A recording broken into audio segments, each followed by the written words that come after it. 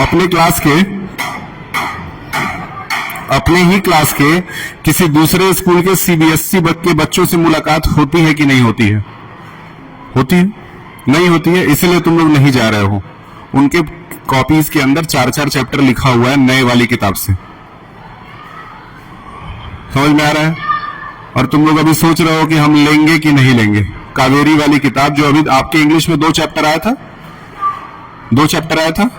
The first one was the lost child और दूसरा था एल्विन वाला चैप्टर। एवलिन करके एक लड़की थी, उसके बारे में था। 2 चैप्टर्स थे। वो दोनों चैप्टर आपके सिलेबस में है ही नहीं। वो पुरानी वाली किताब से, एनसीईआरटी से पढ़ाए गए थे। जो आपका कावेरी का किताब है उसमें है how I teach my grandmother to read, ये पहला चैप्टर है। इसमें टोटल 8 चैप्टर्स हैं जो आपको पढ़ने हैं। तो एटलीस्ट कावेरी वाले किताब से आपके पास कंटेंट होना चाहिए। कावेरी की किताब आप में से सबको जाकर के कल संडे है जाकर के ले लीजिए। आपके पास जितना पैसा अवेलेबल है उतने ही पैसे में आपकी कम से कम 4-5 किताबें आ जाएंगी। एनसीईआरटी वाली किताबें सब सस्ती ही होती है। एनसीईआरटी वाली किताबें अगर आप 500 रुपए लेके जाएंगे तो कम से कम 7-8 किताब लेके आएंगे। 500 रुपए लेके जाएंगे, 7-8 किताब आ जाएगा आपका। चले जाइए और लेते आइए, लेट ना करिए। इस तरह से पढ़ाई नहीं होगी। 4 चौक ले आइए, चाहिए 4 चौक ले आइए। ठीक, फिर आते हैं साइंस पे। साइंस में आपको Newton's law of motion chapter कराया गया था। आप में से कौन कौन सेकंड लॉ ऑफ न्यूटन बता सकता है? हाँ, न्यूटन सेकंड लॉ कौन कौन बता सकता है? अगर आपको न्यूटन सेकंड लॉ आता है, तो फिर समझ जाइए कि आपको चैप्टर आता है। नहीं आता है तो फिर समझ जाइए आपको नहीं आता है। न्यूटन सेकंड लॉ कौन कौन बता सकता है आप लोगों में से?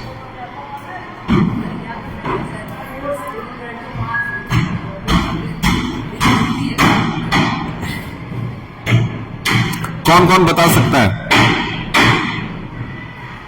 कोई नहीं बता सकता है ना? चैप्टर तो पढ़ा हुआ है, तो चैप्टर पढ़ने के बाद भी क्यों नहीं बता पा रहे हो? न्यूटन के 3 नियम आपको याद होने चाहिए किसी भी हद में, और वो 3 नियम इतने ज्यादा इंपॉर्टेंट है जिसमें से सेकंड लॉ ऑफ न्यूटन जो है वो हमेशा पेपर में आता ही आता है। आपको पता है कि आपके यूनिट टेस्ट 1 का पेपर एमसीक्यू होगा?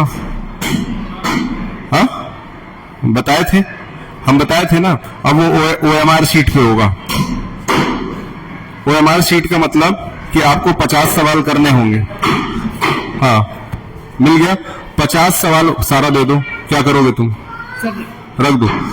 50 सवाल करने होंगे टोटल ओएमआर शीट के ऊपर।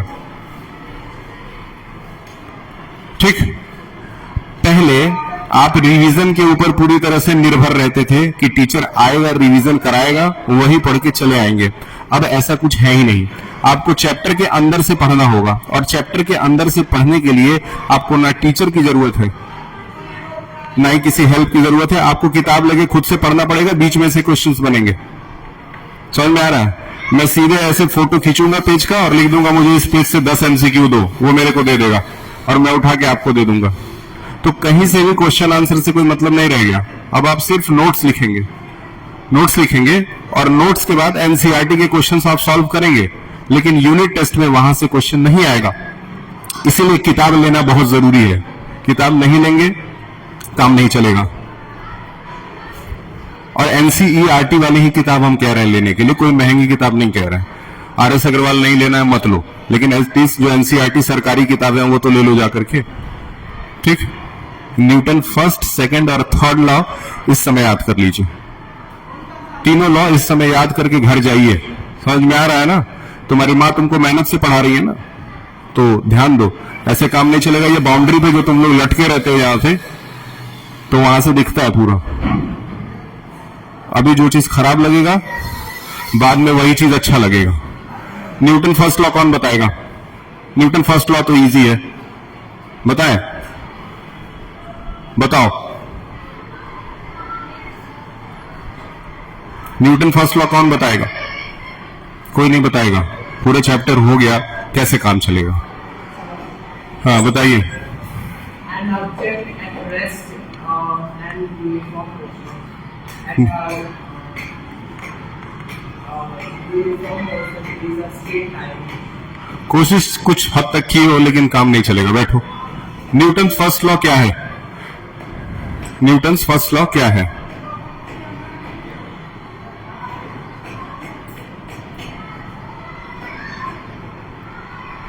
न्यूटन फर्स्ट लॉ समझने के लिए आप बाहर आइए, ठीक है। इनको बाहर बुलाते हैं और इन्हीं को मान लेते हैं कि ये न्यूटन है, ठीक है। इनका जन्म 1665 के आसपास हुआ था और ये कहां के पढ़ने वाले थे? इन्होंने पढ़ाई कहां से करी थी?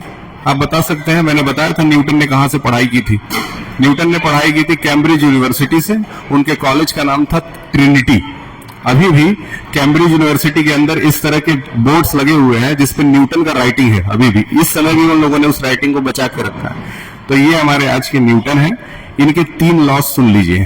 पहला नियम न्यूटन ने ये बनाया कि मैं अगर यहां चुपचाप खड़ा हो जाऊं ना, ये चुपचाप यहां खड़े हो जाए, सीधे खड़े हो जाओ, हिलना मत, ठीक है। अब ये एक ऑब्जेक्ट है, ये खुद न्यूटन है, और ये एक ऑब्जेक्ट है, ये अपने जगह पे खड़े हैं चुपचाप। और ये किस में खड़े हैं? रेस्ट में खड़े हैं। किसमें? ठीक है, बिल्कुल हिलने की जरूरत नहीं है, ठीक। अगर ये रेस्ट में खड़े हैं, ध्यान से सुनिएगा, और अभी हम लोग क्या कर देते हैं? छुट्टी कर देते हैं, घंटी लगा दी है, हम सब लोग चले गए, ये लेबर साहब लोग, ये भी लोग चले गए। हम लोग सीधे गर्मी की छुट्टी के बाद आए, और गर्मी की छुट्टी के बाद जब आए तब भी ये यहां चुपचाप खड़े थे। समझ में आया?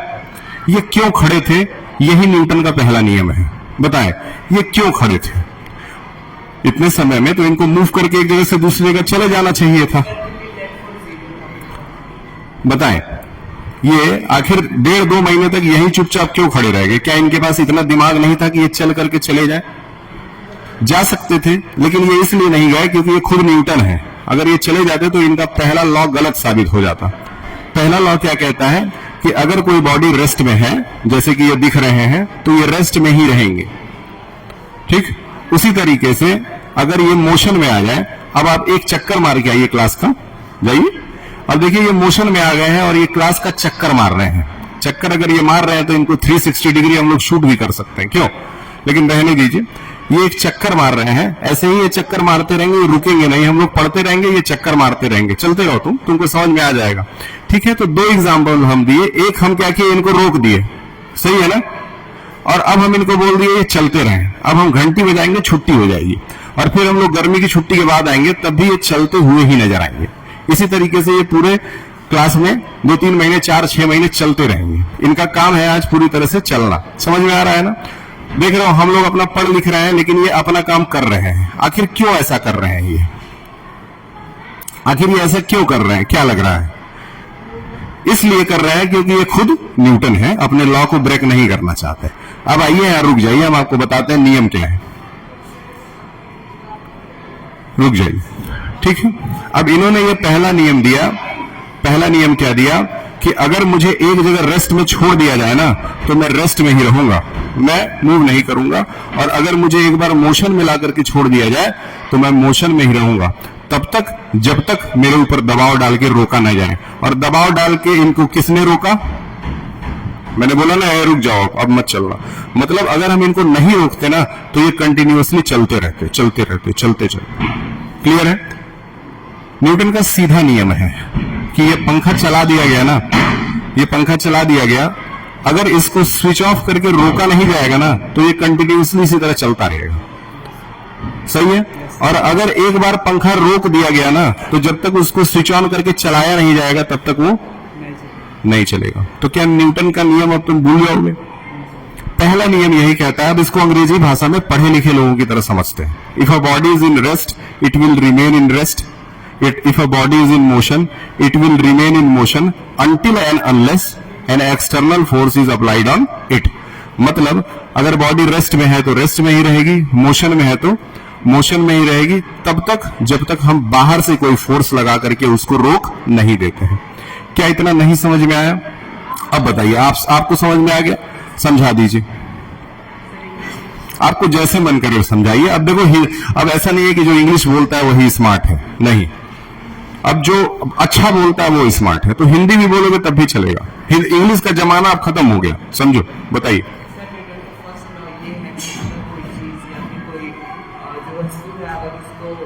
रेस्ट पे रखा जाए तो वो नहीं वो मोशन और अगर वो मोशन है अगर उसको ठीक, बैठ जाइए। आप बताएं।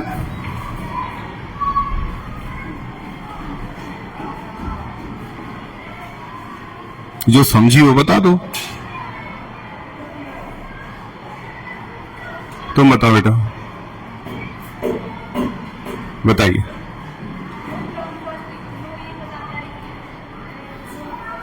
जोर से बोलो। हाँ बोलो बोलो, जो आता है बोलो। बोलोगी तो सीखोगी।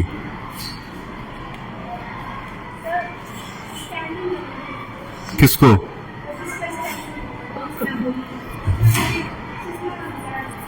ठीक है, अभी चले जाएंगे सब, लास्ट पीरियड में चले जाएंगे। ठीक, बताइए। जो आता है बोलो, टाइम मत खाओ। वो टाइमर चालू है, उसमें 30 मिनट होगा, मैं चला जाऊंगा। बताइए।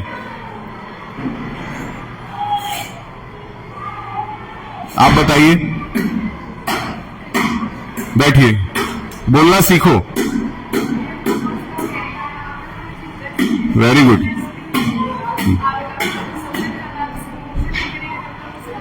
बात खत्म हो गया, बैठिए, बहुत अच्छी बात है। समझ में आया? इतना समझना था, पहला लॉ हो गया खत्म। अब मेरे ख्याल से आप पहला लॉ कभी नहीं भूलेंगे। अब पहले लॉ के बाद ना सीधे तीसरा लॉ समझते हैं, ठीक है?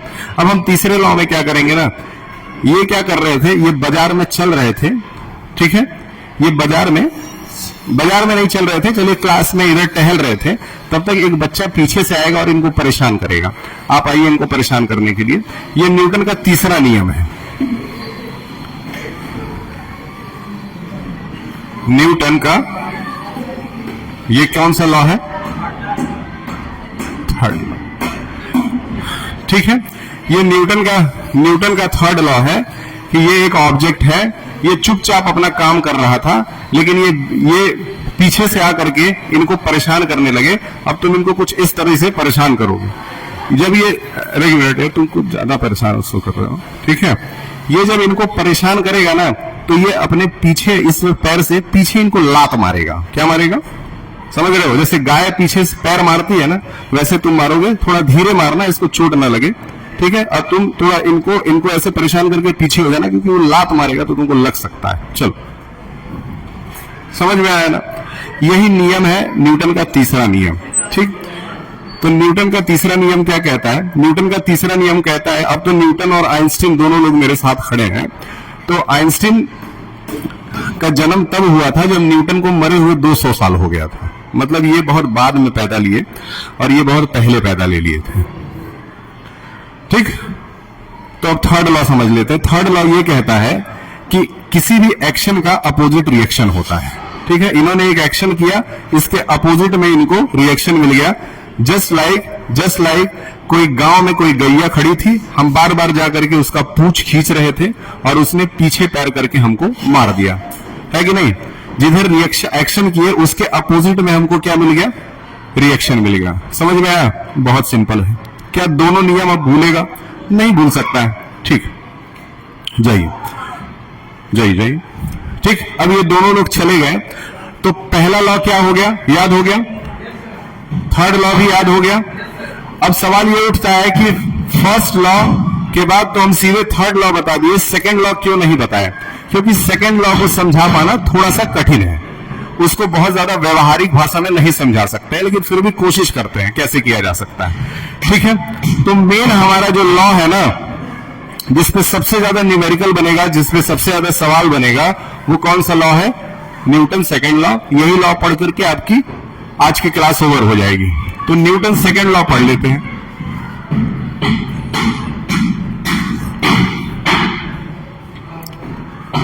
न्यूटन सेकंड लॉ कहता है चेंज इन मोमेंटम।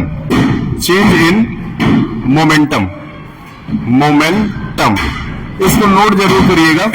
इसी तरह से आपको कॉपी में लिख देना होगा, change in momentum is directly proportional.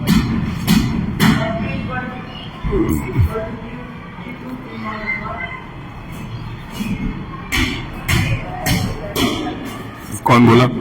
जब जरूरत पड़ेगा तो हम तुम्हारी बात सुनेंगे। Change in momentum is directly proportional,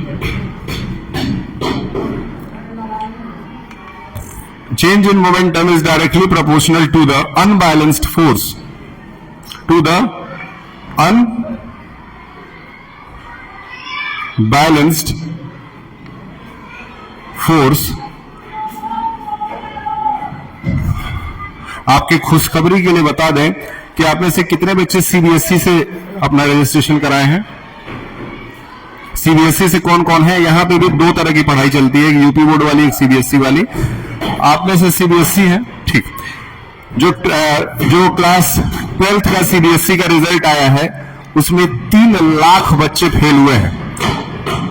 3 lakh बच्चे इस साल फेल हुए हैं, जिसमें से 1 लाख बच्चों का कंपार्टमेंट आया है और 2 लाख बच्चे साफ सुथरा फेल हुए हैं।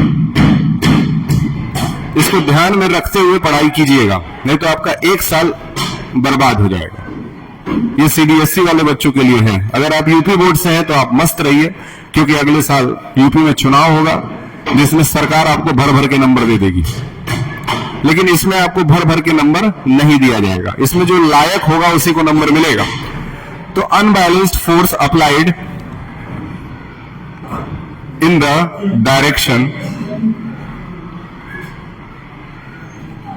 डायरेक्शन ऑफ मोशन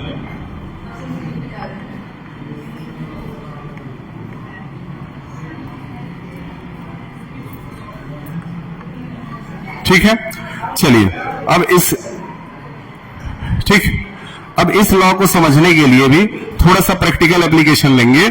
हम 3 चीज के बारे में जानेंगे। सबसे पहले हम लोग एम से किसको डिनोट करेंगे?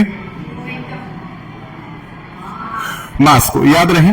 वी से किसको डिनोट करेंगे? Very good, velocity. और पी से किसको डिनोट करेंगे?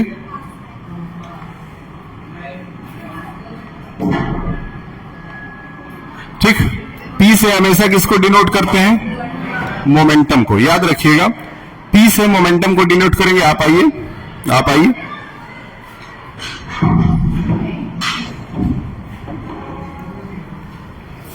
ठीक है ना। चलिए, एम से किसको डिनोट करेंगे? मास का मतलब भार, जिसको किलोग्राम में नापा जा सकता है। तो मास का ऐसा यूनिट क्या होगा?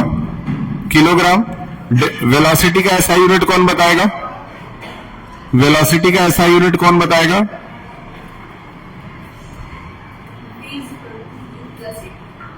वेलोसिटी का ऐसा यूनिट पूछ रहे हैं। 2 दिन से तुम एब्सेंट थी ना, बताइए। मीटर पर सेकंड, याद रखिएगा, मीटर पर याद रहेगा। अब देखिए, एक मिनट इधर ही खड़े रहिएगा। मोमेंटम का फॉर्मूला होता है मास इंटू वेलोसिटी, ठीक। अगर मोमेंटम का फॉर्मूला मास इंटू वेलोसिटी होता है तो मोमेंटम की जगह मोमेंटम लिख दीजिए। मास का ऐसा यूनिट क्या था? इसको बोलो, ध्यान दे। याद बताते हैं तो देखो, बाद में उधर लिखना। और वेलोसिटी क्या है? मीटर पर। इन दोनों को अगर मिला दिए तो क्या बन जाएगा? किलोग्राम मीटर पर। याद रखिएगा, ये ऐसा यूनिट है किसका? मोमेंटम का। बहुत इंपॉर्टेंट है, इससे एमसीक्यू बनेगा। टिक मारने वाले क्वेश्चंस ऐसे छोटे छोटे बनते हैं, आपको समझ में ही नहीं आएगा कहां से आ गया, लेकिन वो सब कुछ बुक में से ही रहेगा। अच्छा, तो हमको मोमेंटम निकालना है तो क्या 2 चीजें पता होनी चाहिए? सही है ना? सही है, ठीक। अब इनको क्यों बुलाया गया है, इनके थ्रू जो है इसको हम एक्सप्लेन करना चाहेंगे। इस बार जो है, इस बार आप नहीं बल्कि हम ही न्यूटन बनेंगे और आप मेरे पीछे खड़े रहेंगे। हमको क्या करना है, क्योंकि आप लोगों में सबसे ज्यादा मास मेरा ही है, वेट मेरा ही है, इसीलिए हम ही आगे खड़े हुए हैं। मेरा मास और मेरा वेलोसिटी कैसे निकलेगा? तो मास तो हम अपना नाप लिए, मान लेते हैं मेरा वेट है इस समय 81 किलोग्राम। तो 81 किलोग्राम मेरा क्या हो गया? मास हो गया। और अब हम अगर मूव कर रहे हैं, मेरे पीछे आइए, हम अगर चल रहे हैं तो मेरा कुछ ना कुछ अपना वेलोसिटी होना चाहिए ना। अब हम नॉर्मल चल रहे थे। ऐसा होता है कि जब प्रेयर खत्म हो जाता है, प्रेयर के बाद बच्चे लाइन से लाइन से क्लास में आते हैं, सही है ना? तो ऐसे ही चल रहे होते हैं, ये मेरे पीछे चल रहे होते हैं।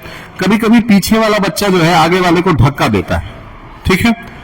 तो धक्का देने से क्या होगा, मेरा चलने का स्पीड पहले से ज्यादा बढ़ जाएगा। तो अब ये क्या करेंगे, मुझे हल्का सा धक्का देंगे कि मैं और तेज चलूं, हल्का सा धक्का देंगे कि मैं और तेज चलूं।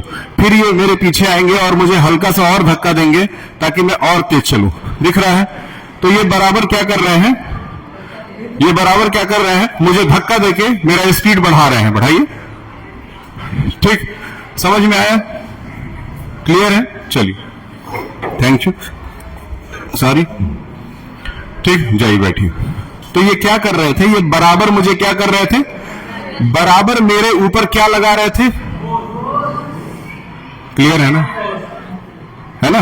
अचानक से उससे हो क्या रहा था, उससे मेरा क्या बढ़ रहा था, समझ में आ रहा? तो जब भी आप अनबैलेंस फोर्स लगाते हैं तो बॉडी का मोमेंटम बढ़ता है। लेकिन एक लाइन और इसमें लिखा हुआ है, ध्यान से सुनिए, एक लाइन और लिखा हुआ है, यहां पे इन होना चाहिए। एक लाइन और लिखा हुआ है, in the direction of, in the direction of motion का मतलब कि जिधर मैं चल रहा था उधरी की तरफ मुझे ढकेला जा रहा था, जिधर मैं चल रहा था उधरी की तरफ मुझे, ऐसा नहीं है कि सामने से आके ढकेला जा रहा था यानी रोका जा रहा था, मतलब मेरे स्पीड को पहले से ज्यादा बढ़ाया जा रहा था, मतलब मेरे वेलोसिटी को बढ़ाया जा रहा था। यह न्यूटन का तीसरा नियम है कि जब भी आप किसी ऑब्जेक्ट की वेलोसिटी को बढ़ाना चाहते हैं तो उसको क्या लगाएंगे, ये तीन नियम है। हो सकता है कि जो ये लिखा हुआ है,